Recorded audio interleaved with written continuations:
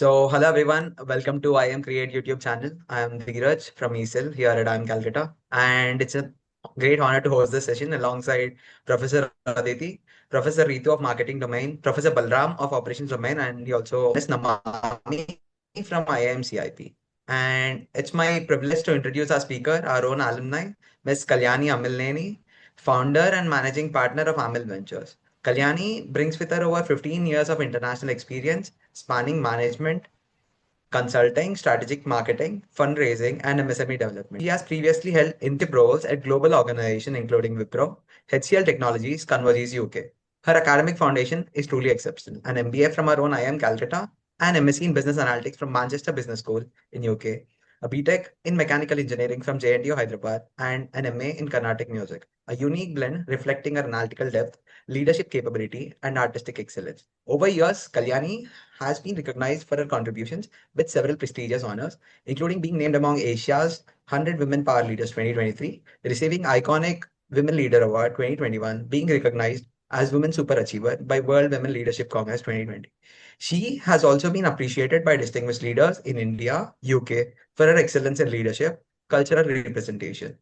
In addition to her professional achievements, she is deeply committed to the community empowerment and women's safety, working closely with Telangana Police. She is also an accomplished Carnatic musician and cultural ambassador, performing internationally, including the UK Parliament and organizing Indian cultural events abroad. So we welcome you, ma'am. It's great to have you with us here. So now I request Professor Ritu to please initiate the discussion. Thank you. Thank you so much, Dheeraj and Aditi, for setting up this discussion. It's a real pleasure to be a part of this discussion alongside Professor Balram and Namami and have Kalyani with us for this interactive session. Thank you, Kalyani, so much. Great to have you here to share your thoughts. Kalyani, your journey has been incredible. And I am curious to know as to what motivated you to move away from your corporate career and take the entrepreneurial path. Yeah, thank you. First of all, Professor Ritu, it is very interesting for me too, because now I'm the other side of the shore. Typically, we speak or we interview or we interact with professors. This is just the other way around. There are actually quite a few reasons why I switched over from my corporate career. First is, I think, mid-corporate career, somewhere in 2012, I actually had a startup, a brief stint with an entrepreneurial venture in the UK. I was working in the UK at that point of time. For whatever reasons, it didn't turn out well. Now, a failed startup, for some people, will make them switch back into corporate career. That's what I did. But that fire didn't extinguish. I was not happy. I don't like failure. I'm sure people coming to premier institutes, right? We have a certain bent of mind where we don't take failures that easily. We're not used to it. So I thought, after a few years in the corporate world, working at HCL and Wipro, I thought, why can't I rekindle that spark? And I had, I think, reasonably more than 15 years of work experience. At the same time, I interacted with an IPS officer. So he actually mentioned that you should look at creating employment. I mean, he had actually a bigger purpose.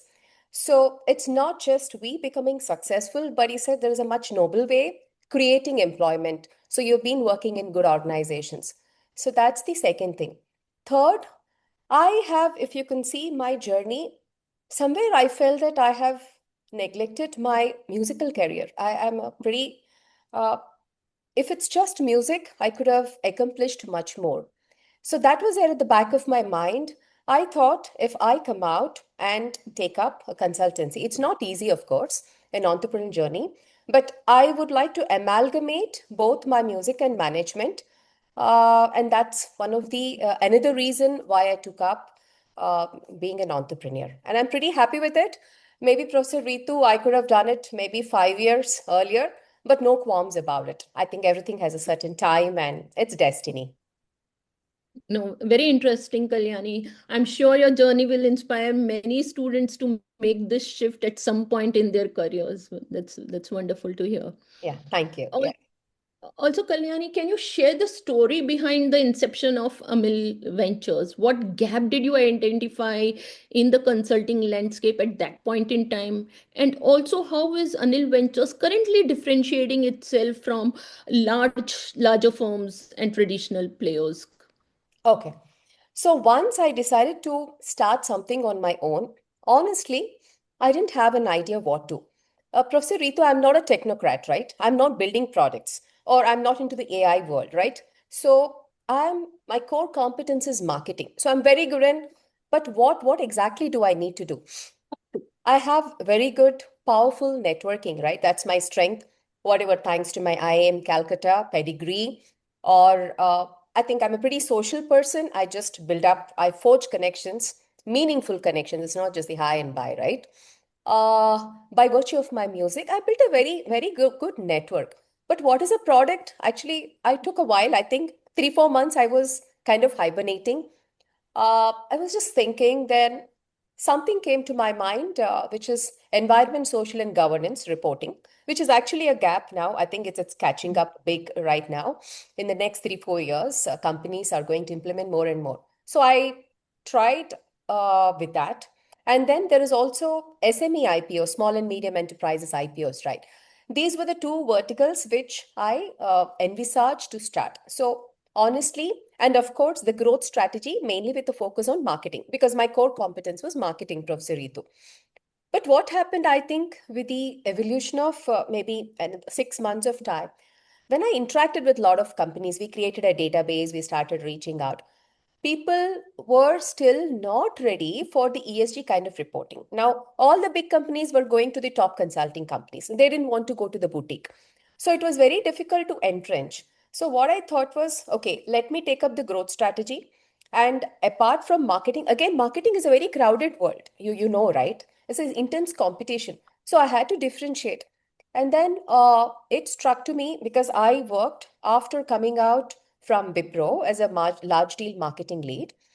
I worked for almost 1 year as a chief marketing officer for a fundraising organization. And that was in Bangalore.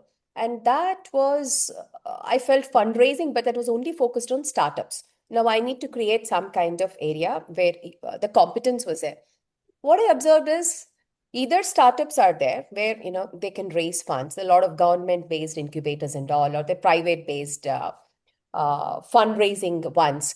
Or you have the large established organizations where equity and debt is actually not a problem. The SMEs, I think, was something, a sector which I wanted to focus upon. That was a gap which I felt in the market by virtue of me being the CMO of a consulting organization in Bangalore. This time I wanted to focus on the SMEs, which are in the growth stage. So I've set up an office, and usually people get the projects and set up an office. I didn't. I set up an office in actually a very good locality, a location which is just opposite the road perpendicular to Google office. And the entire lane was, Dell, Deloitte, Oracle, opposite Tech Mahindra. So that is a pretty very clear signal to people that, hey, I'm serious. I'm serious in doing business. The CEOs. So that was one bridge, which is the SMEs. Second thing is setting up an office itself showed the seriousness. Third is the location. So this is the gap that I've addressed. But if you talk about the product, right, as I mentioned, Professor Ritu, it was earlier SME IPOs, and the other one was ESG. Now this time I tweaked it, I pivoted, I went to fundraising for SMEs. Now there is a growth strategy. So because I worked in the IT world, I did an IT project for growth for one of the IT companies in Hyderabad. That actually just clicked off because anyway, I was pretty good. I came from that experience. And then we extended to mergers and acquisitions and franchise expansion. And one opportunity just came just by virtue of my earlier experience handling real estate end to end for my own personal investment. So my chartered accountant was handling. So he knew how particular I was. Now, for example, right, even the banner, you knew I was particular, right? That way, Yes. and especially when it is a chartered accountant, he knows everything. And a lawyer and your chartered accountant, they actually pretty much they know everything. So he referred one US client saying that I think it's a high value deal. They wanted to get it done with one particular firm, end to end advisory. So I was pretty apprehensive. I thought people will think I'm a real estate agent. I actually I was not at all keen to take up that offer. But then my mother said, you never know what options open up, so please take it. And we, as a firm, professionally, we have completed that project end to end, almost a 4.5 CR. So then I realized that that is actually one missing gap. I mean, either you have those magic bricks or those kind of ones, which handle till, just procuring or buying the property. But there are very, very few boutique firms handling end to end. Very few. So that's one gap. Sometimes it just evolves, Professor Ritu. We should not be Right. wasting so much time in hatching a product, I believe. You just Right. keep going, okay? It should evolve. You start with one, you will diversify later. So that's my experience. Okay, wonderful. And so while you were right applying some of the things that you learned during your right experience from your own experience, did you also have to unlearn some of these things while right applying it, starting up on your own? Unlearning, yeah. I think, as I mentioned, right, too much of perfection is not good. So, for example, in our institute, right, we know how much time we put upon, honing our resumes, right? And I had that habit too. So, everything I wanted it to be perfect. But that doesn't apply that way. Sometimes it's all right to be okay. You just have to get going. You improve on the way, you improve. And that kind of unlearning I had to do, that sense of perfection had to reduce in me. And delivering on time is important. Uh, that's where you get clients' confidence. Yeah. I think yeah, this sentiment would gel very well with Professor Balram. He teaches, right, how do you maintain a balance between efficiency and effectiveness, Yeah. right? Perhaps this is what you are also highlighting. Yeah, wonderful. So, one more question, Kalyani. Yes, How please. did your experience of working for large corporations influence your approach to consulting and client management at Amil Ventures and the services you offer to startups and SMEs? Yeah, that's a good question, actually. Uh, in my immediate stint at Wipro, I was a large deal marketing lead. It was the first kind of unit that had been formed in Wipro. Before that, I think in one more organization, Cognizant, it was there. So that was a model they wanted to apply in Wipro. And I joined as a first large deal marketing lead. Now, typically we do marketing, so it's a kind of umbrella approach. For this, I think it's all a certain amount about that we take up deals. We had very, very niche marketing initiatives. We had very client focused, exclusively on that client. We would literally work for almost 6 months, right from account intelligence. Then we would be working with the client. First of all, even to get that lead itself, we had to do a lot of background work. That, and then we would create microsites, and then we would create niche events. So, and I would interact with all the CEOs, the CXO level. It was just fascinating. So that experience helped me now to interact with the CEOs with pretty ease. Not that I was scared earlier, but it was an experience. And I would now we create very, very what do you call customized one. See, for example, the banner, right? It's a customized. So I speak with my team and say it is so important to customize if you want to get the deal, right? Or any project. It is the conversion ratio if it has to be high. So you just throw a dart in the air. It is for sure you have to hit the bullseye. That approach helped me a lot. Okay, wonderful. I'm sure that students would, whatever you shared with us, your experience would be a great source of learning for student community. Yeah. Um, Namami, I think you have some follow-up questions. Yes, me too. Very nice meeting you, Kalyani. What an incredible journey from the corporate to a startup. Maybe a failed one, but very sure you learned a lot building your own startup, right? And then Amil Ventures. So at IIM Calcutta Innovation Park, we handhold the very early stage startups, Yeah. pre-seed and seed cases, right? So it is a good extremely good connecting with you so that the startups that are in the growth stage, we can pass those on to you for the next level of scaling up. Yeah, it's my pleasure. Uh, Yeah. so the question I have, right? Well, you work with the growth stage startups, right? How do you evaluate those startups, right? How do you evaluate that their business model is very strong enough for them to scale? and go to the next level, because that's the aim any venture fund will Okay. have. So, Namami, I know the moment we are from certain institutes, right? So I'm from IIM Calcutta. It is pretty good for numbers. But just there was an earlier question, Professor Ritu had mentioned, what did you unlearn? You know what I've unlearned? You should have a macro view. The moment we see any company, you know what we just get into numbers. Don't get into numbers immediately. So the first thing what we try to evaluate a company in terms of whatever, to take up for fundraising is what is the sector. Now, AI is a fad, right? I'm sorry, I'm not demeaning it again, but there are so many fundraiser companies that come to us, not just to us, but to anybody, right, with AI. So now it's again, AI is a little matured. We have to be very, very cautious about whether this product is really going to take off, right? So first is a sector.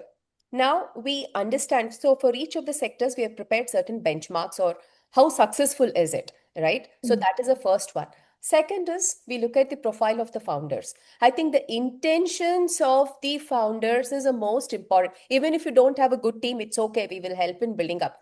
But if the intentions are fraudulent, sloppy, then nobody can do anything. So we do a really, really strong background check.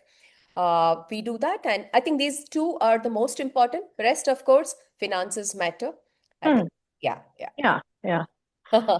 So I have a follow-up question, right? Say the startup, right, or the enterprise, they pass through these two parameters. Yeah. After that, also, do you see any significant risk factor that might be a showstopper for any deal? We look into the board then. If it's a private limited company, we look into the board. Then we look into what is a debt they already have, right? What is a product, the scope of the, once we look at the sector, of course, now we will look more into the product. Does this have a certain USP, right? Does this promoter, can he take it in the long term? Is it going to sustain, right? Does it withstand? Gone are the days, Namami, where you're looking at a product or something for 20 years. No. Today, we are just looking at a 5-year timeline. That's it. If a product is successful, you can pivot it. Of course, you have to pivot it later, but 5 years is, I think, beyond which we really can't predict. Thanks to technology, thanks to the dynamics in the world, right? It's very difficult. So these are the ones which we look at. But then come the numbers. That's what I tell my student community, because I work also with interns, right? So they forget the macro aspect. I always say, don't look at that. First, look at a lot of other things. Very, very important. So periphery is also very important, because a sum is more than its parts. Yeah. So when And with so many failures in the startup world, right? I think we also are very cautious these days about their compliance and all those things, right? Yeah. See, typically, I think, Namami, around 20 companies come, maybe we filter and we just boil it down to 1 or 2. But when I take it to my investors, they have such confidence in me. Hey, Kalyani, this firm, they're very, very, very strong with their due diligence. So they accept it without doubt. I don't go and take a bunch of fundraising proposals. I don't do that. I vet it thoroughly. So whatever we vet, we remove first of all the fraudulent ones, and we give a chance to, even, for example, there is a salon spa, a chain of spas, which it is in loss making. But then we told the investor, we're going to pivot into growth. And you're going to make a lot of profit, because the initial investment amount is very less, right? 1/3 less. So I think it's a whole gamut of taking it to the investor, which should be safe for the investor and good for the founder. So it's a balance you have to make. We, as the firm consultancy, that's where we strive for. And we insist to be in the board to ensure, and we take also sweat equity. Otherwise, there are a lot of firms that just want to siphon funds, or there's a gross mismanagement. So we will be there in the board. So basically monitoring the funds that they Yes. get, and you see that they are used for the right purpose. We will be there in the journey. Right. Taking the equity. Yeah. Sure. Thank you. Sure. Yeah. So over to you, Dheeraj, for all your questions for Kalyani. Thank you, ma'am. Thank you for those great segments. So I have a few questions, ma'am. So that would help our student entrepreneurs and young entrepreneurs out there. So the first one would be like, what is most effective or scalable growth tactic that you would recommend for securing that initial traction and leads, like going from that step 0 to step 1? Yeah, that's the most ambiguous journey, I tell you. Actually, you will not know. See, for me also, right? I didn't know what product to take up, right? How to reach out. So the first thing is usually uh, you reach out to your family and friends, right? You'd start testing your product. Now, sometimes what happens is typically I find some founders, they start raising funds. I would strongly recommend no, because we are in the fundraising, right? My business is fundraising. So we typically say that, for example, there is a very unique product in women's health that has come to us. So he came and said, I want to raise funds. I said, can you tell me how many units have you sold? Did you at least sell 1,000 units? And you know what is the cost of that? Not the cost, the price of that. It's just 300 rupees. I said, you have not sold even 1,000 units. You come to me for 5 CR? I said, don't you think it's unreasonable? Or you don't believe in yourself? I said, please go. Come back, sell 1,000 units. Then you come to me, test it, do any changes.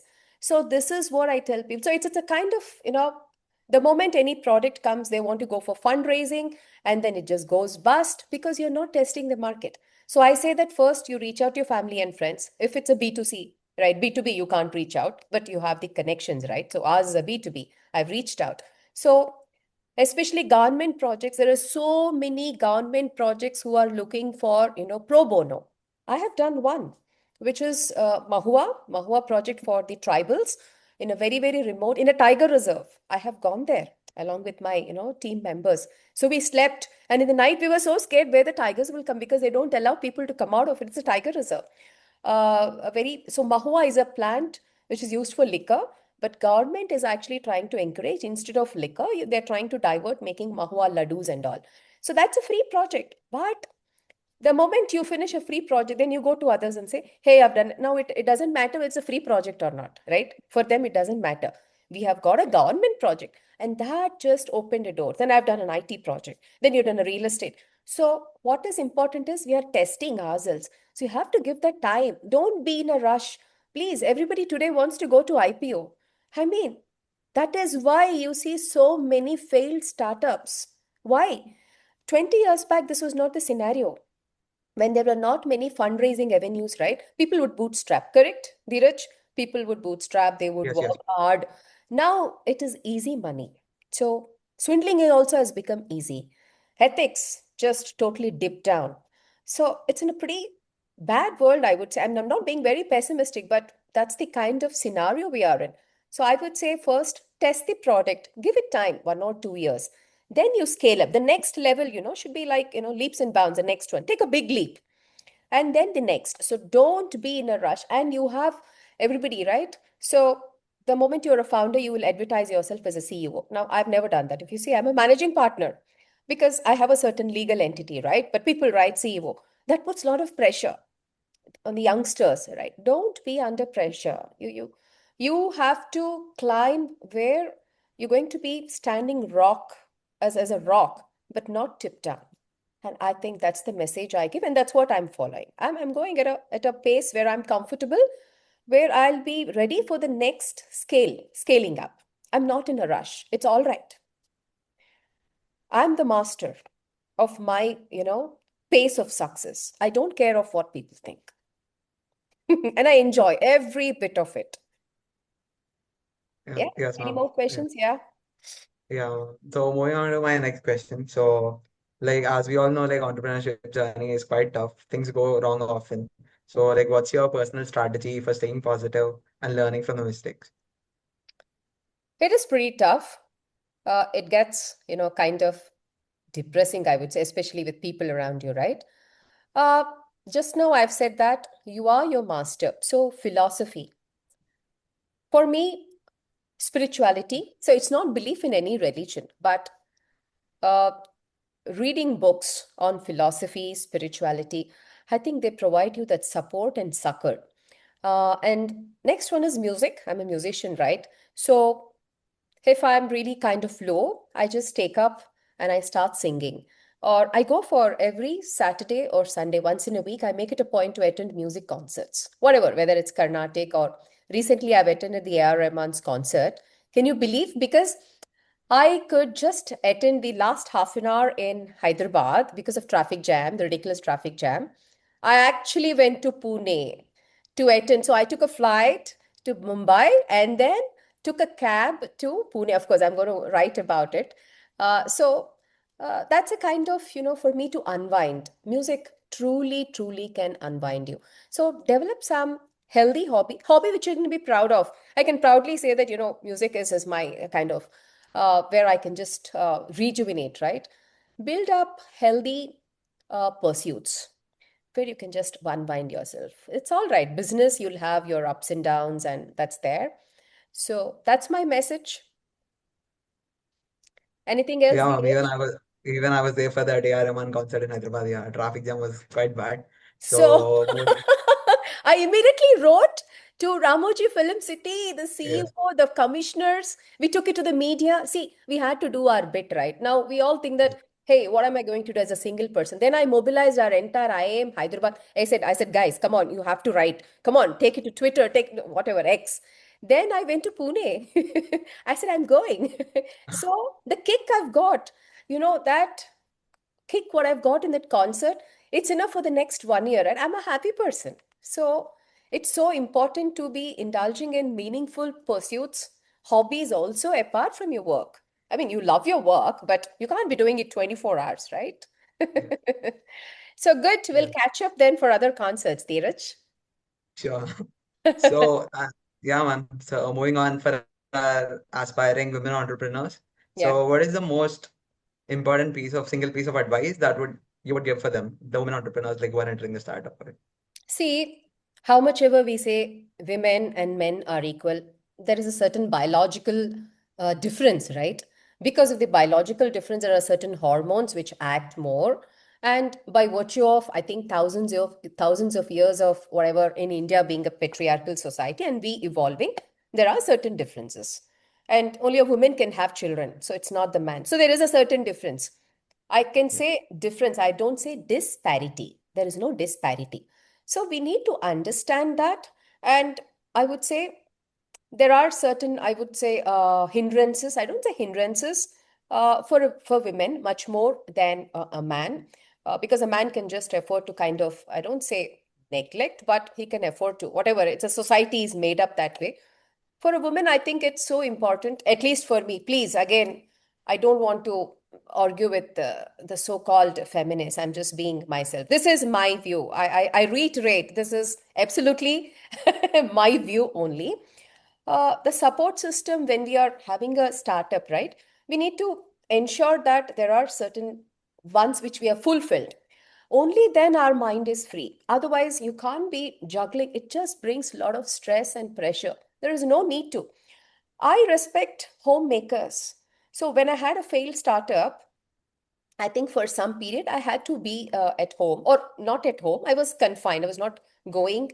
Then I could see a lot of other women actually belittling me. Hey, you're not going for work. Now, just because you're at home doesn't mean you're not doing anything. I was still, thinking, how next? What's my next move, right? So that's when I re entered the corporate world.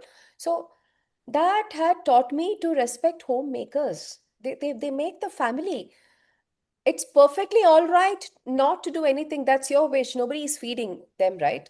So I always say people that you feel proud of yourself, whatever you have to be happy, correct? So for women entering and trying to be founders, what I would say is it's important that you ease out a lot of domestic pressures because handling it can be more stressful. You can do it, and the other one is you should have a good support system, including a good financial one. And it's preferable if you worked few years earlier, it helps, right? Interacting with the society, interacting. That all works. So having few years of experience always helps. Anything, Dheeraj? yeah. Uh, I have two other questions too. So again, like coming back to your musical journey. So how has that helped you shape your career a Yeah. bit? See, I told you, right? If it was just me being a musician, in fact, I won a lot of TV shows, Mhm. very, very prestigious shows, uh, before my getting into IIM Calcutta. So at that point of time, I thought of taking a music album. Few years down, it was not the YouTube world. So I was actually planning. So the lyrics were being written, And there was a music director I've had. So it was very, very serious, the pipeline in the making, the music video in the making. It was just the world of all these music, MTV and all that videos, right? And then I wrote Cat and immediately I got through. Now, I don't know, fate, had I gone into the music world and then I sang in a film, whatever, that film did not, that it didn't release. I could have been in a separate music world, completely, probably very, accomplished as well. So, music had taught me first, number one, to relax, to rejuvenate. But music had given me a lot of respect. So, in my, management world, because everybody is, they have the IIM, okay, it's just not fine. But the moment I say, I've done MA Carnatic music, the CEO, ma'am, please sit. So, that's the kind of respect. It's a great opener, conversation opener, because you have a lot of things to discuss. And I think music gives you discipline also. So it just has a lot of dual effects. It can energize you, it can calm you. So after a whole days of work, in fact, I taught more than 60 students the last decade, especially when I was working in the IT companies, right? You know how crazy it is to work in an IT company in the marketing, a lot of pressure. So at around 10 p.m., when I would finish all my work in the IT world, right, you have to interact with different zones. So the US zone and the Europe zone. So your day starts early, but then your day ends very, very late. Even then, I would teach. So I would teach one or two music classes. I would teach Carnatic music and sleep. So it helped me. This is a great buffer. And the reverse also, me being a musician, right? Uh, I brought a lot of professionalism into teaching music, into organizing events. And in fact, when as a musician, I organized a lot of events, right, in the UK and all, that helped me to organize large scale multi-million dollar events in SAP and Oracle units in HCL and Wipro. They were so, they just loved my profile.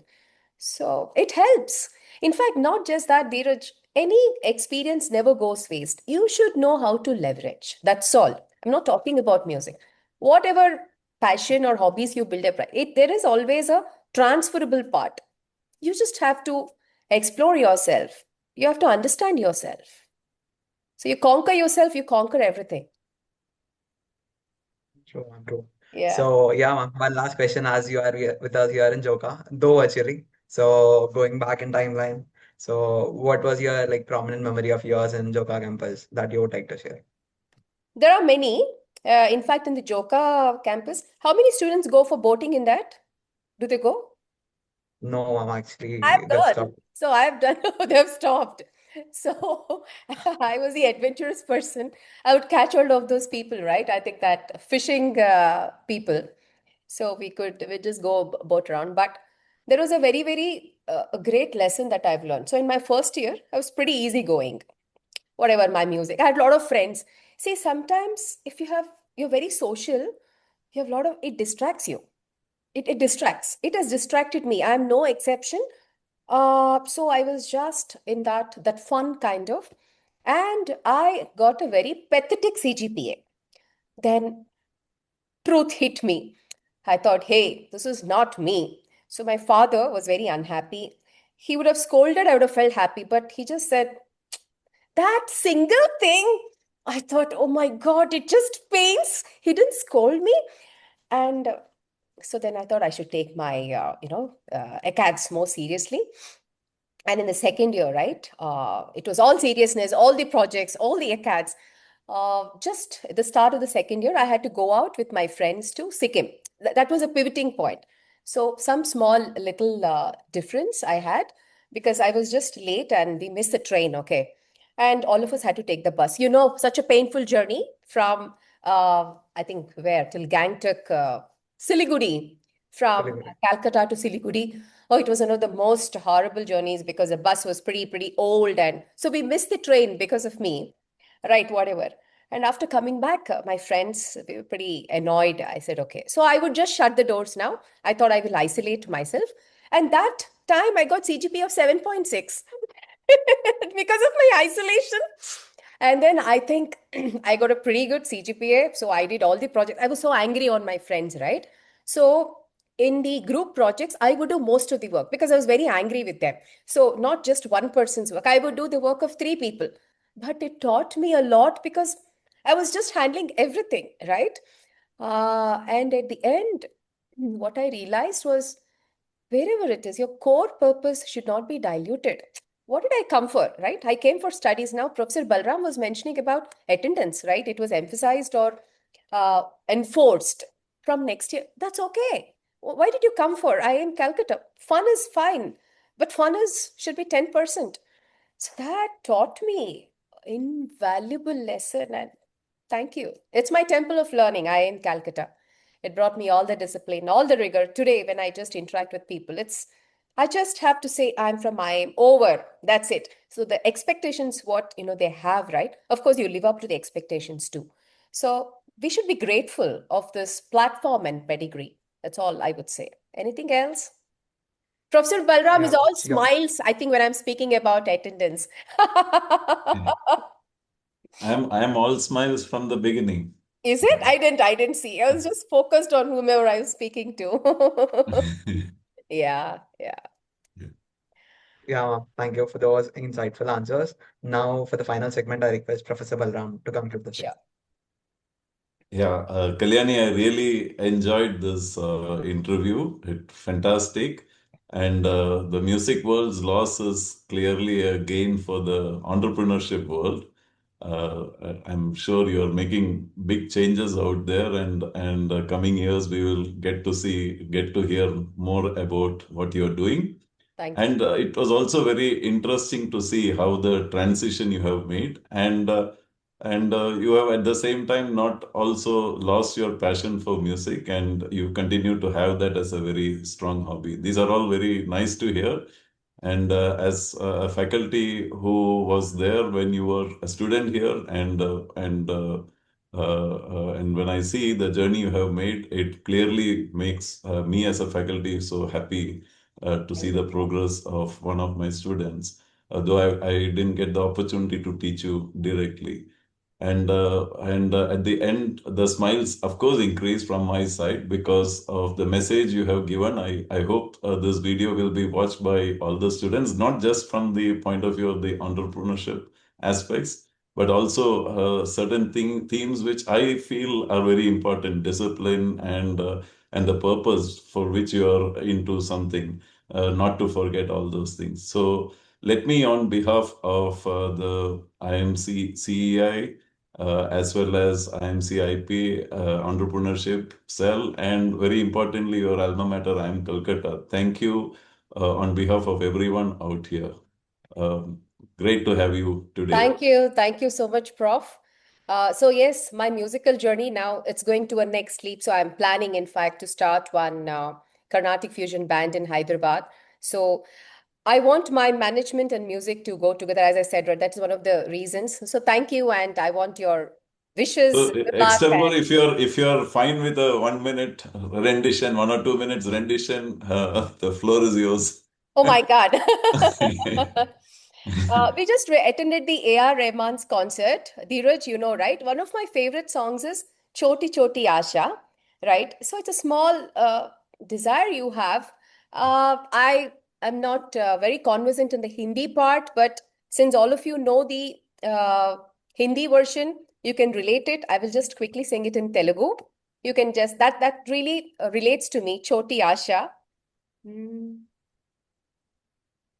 చిన్ని చిన్ని ఆశ చిన్నదాని ఆశ ముత్తు ముత్తు ఆశ ముత్యమంత ఆశ జాబిలిని తాకి ముత్తులిడాశ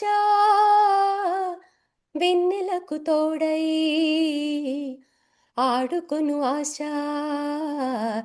చిన్ని చిన్ని ఆశ. So you just touch the moon, right? It's a small desire, but it's actually a big thing, right? Jabilini taki, so you touch the moon. So that's what it is, I think. I perfectly relate to that. Enjoying every moment of our journey. Beautiful. Singing it. Thank you very much. Fantastic. I look forward to the video being published. Thank you. Thank you so Thank much, you Prof. very much. Yes, and I'll meet you all soon in Calcutta. Yes. Sure. Yes. Bye. Thank you.